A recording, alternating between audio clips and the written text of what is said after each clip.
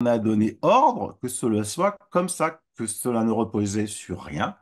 Ce qui veut dire que, ah, encore petite cerise sur le gâteau, sur un document des pages, il y a les décisions stratégiques et on voit que ces décisions stratégiques sont dirigées vers la fondation Bill et Melinda Gates. Quel rapport entre le gouvernement allemand et la fondation Bill et Melinda Gates? Donc on s'aperçoit que tout ça, ça a été manipulé. On découvre aussi, par exemple, que le RKI a rejeté en interne l'incidence comme indicateur, hein, ces fameux indicateurs qui ne servaient à rien, mais qui faisaient que on n'avait aucun symptôme, on allait se faire tester pour savoir si on avait le Covid. Ce virus était tellement dangereux qu'il fallait se faire tester pour savoir si on l'avait. Mais là, par contre, c'est les politiciens qui le voulaient. Spahn et Braun. Spahn étant l'ancien ministre de la Santé allemand avant le fou Lauterbach. La fourniture d'indicateurs est largement rejetée d'un point de vue technique, mais ceux-ci sont fortement exigés du côté politique. Évidemment, il est très difficile d'entretenir une pandémie qui n'existe pas sans les chiffres alarmants débités tous les soirs par tous les médias aux ordres. Et Donc donc, tout ça. Sylvano, donc il y a vraiment, c'est en train d'être révélé, comme vous le dites, avec ces histoires de bombes. Alors, il y a quand même des journalistes. Donc, on a vu Der Spiegel était peut-être le dernier et un des bastions qui est très puissant en Allemagne. Mais il y a quand même le Berliner Zeitung qui a fait quelque chose d'assez incroyable, c'est qu'il s'est même posé des questions sur leur propre rôle. Donc, les Allemands, quand ils commencent, ils vont aussi chercher les conclusions, les conséquences. Qu'est-ce que vous pouvez nous dire là-dessus?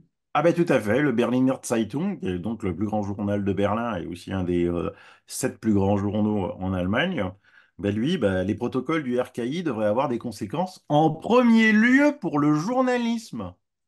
Parce que ils ont dit oui, ils ont triché, oui, ils ont manipulé, oui, ils nous ont menti.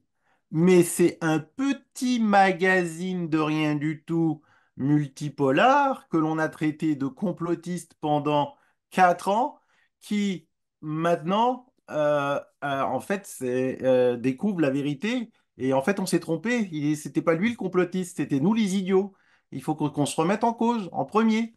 Parce qu'effectivement, ça fait mal, ça fait très mal de se dire que on a traité, bah, on prend l'analogie avec la France, hein, on a traité François de complotiste, de moins que rien, Sylvano Trotta également, pendant 4 ans, et là de devoir dire, en fait, ils avaient raison, quoi. C'était pas une pandémie, c'était une pandémie, c'était orchestré tout ça, c'était voulu, c'était basé sur rien, c'était basé sur le néant, il n'y avait pas de science derrière, bien que ils n'arrêtaient pas de se protéger justement. Il faut toujours faire attention quand les gens se protègent. Ils se sont pas arrêtés de se protéger derrière le mot science, science. Mais maintenant, toutes les études sont là. Il n'y avait pas de science dans le confinement. Il n'y avait pas de science dans les masques. Il n'y avait pas de science dans les traitements.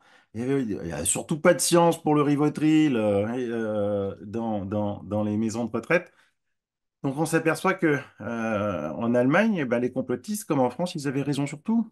Ils avaient raison sur tout, et je pense que si on avait aussi les protocoles, et pourquoi ils ont mis un secret défense? Qu'est-ce que c'est, secret défense? Moi, je veux bien, demain, si Macron il a envie d'attaquer la Russie, qu'il fasse des réunions secret défense. Faut pas que les Russes aient vent de ce qu'il dit. Mais là, quand ça concerne tous les Français, la santé des Français, le confinement, les masques, pourquoi un secret défense? Rendez-nous public vos tergiversations qui ont permis d'imposer, de ruiner la France, de ruiner 400 milliards, hein, coûte que coûte, le fameux coûte que coûte, le fameux nous sommes 6 fois en guerre, dit par Macron, pour confiner contre un petit virus, c'était voulu. Donc tout ça, c'était voulu. Donc là maintenant, il va falloir qu'ils nous expliquent. Donc il faudra aussi à un moment que les députés, là, fassent un petit peu leur boulot. J'espère que les députés de la CDU qui ont embrayé pour avoir maintenant une commission d'enquête.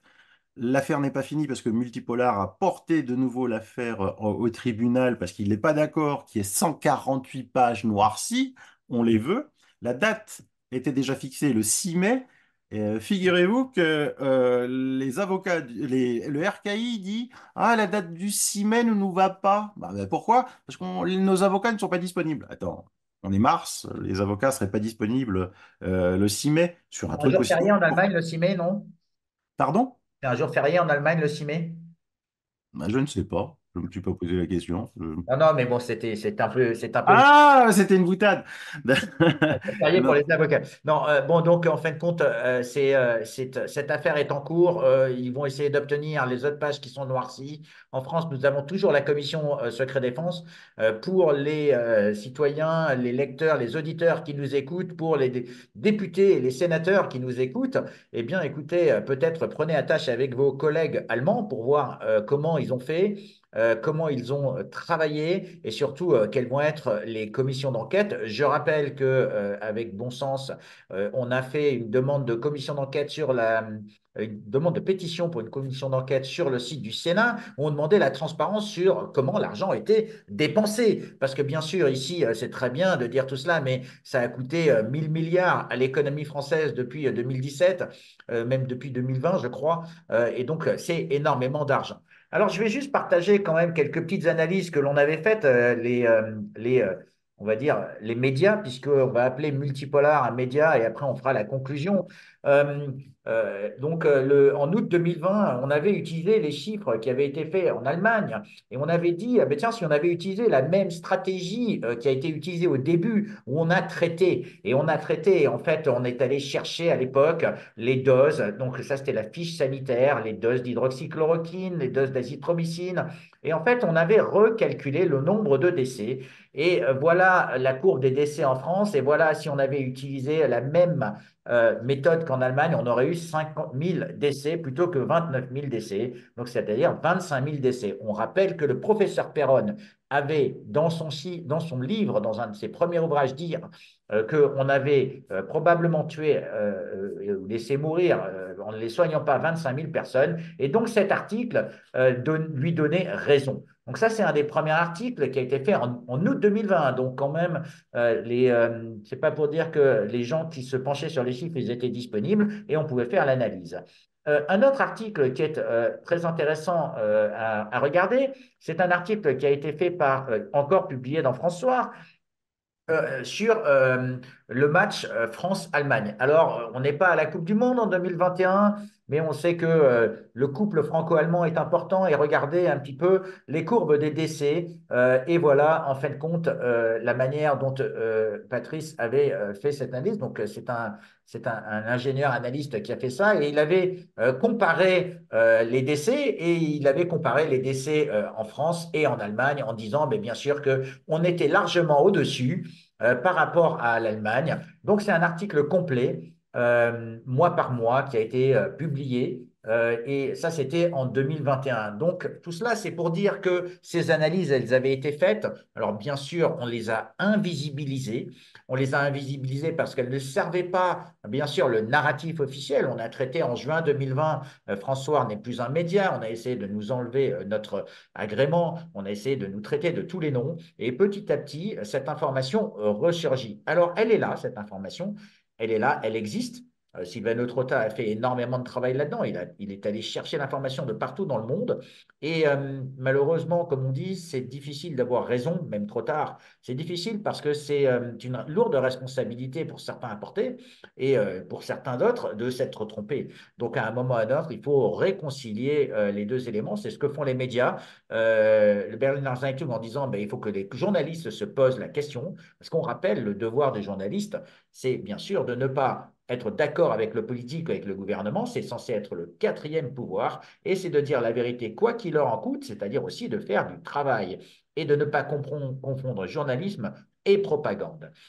Il se trouve que j'ai dernièrement interviewé un observateur international en Ukraine qui était sur le site et qui m'a dit exactement la même chose, c'est-à-dire que le narratif qui était servi par les gouvernements sur la base des rapports qu'ils faisaient était différent de ce qu'ils voyaient dans le réel. Donc, Sylvano, quand on voit le réel, c'est ce qui est en train de se passer en Allemagne. C'est-à-dire qu'aujourd'hui, il y a tous ces documents qui apparaissent. Quand est-ce qu'on va avoir ces informations réelles en France? C'est la question fondamentale.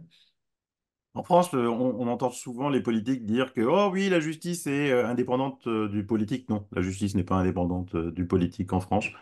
On a hélas une entité qui s'appelle Conseil d'État qui est une entité gouvernementale. Faut plus l'appeler justice. Je suis désolé, c'est comme ça, c'est des faits. Quand on voit les rapports qu'ils rendent, des fois on se demande sur quelle base légale ils se basent. Il n'y a plus rien. Vous pouvez discuter avec n'importe quel avocat qui travaille contre des décisions du Conseil d'État. Ils sont désespérés, quoi. Parce qu'il n'y a plus rien à faire.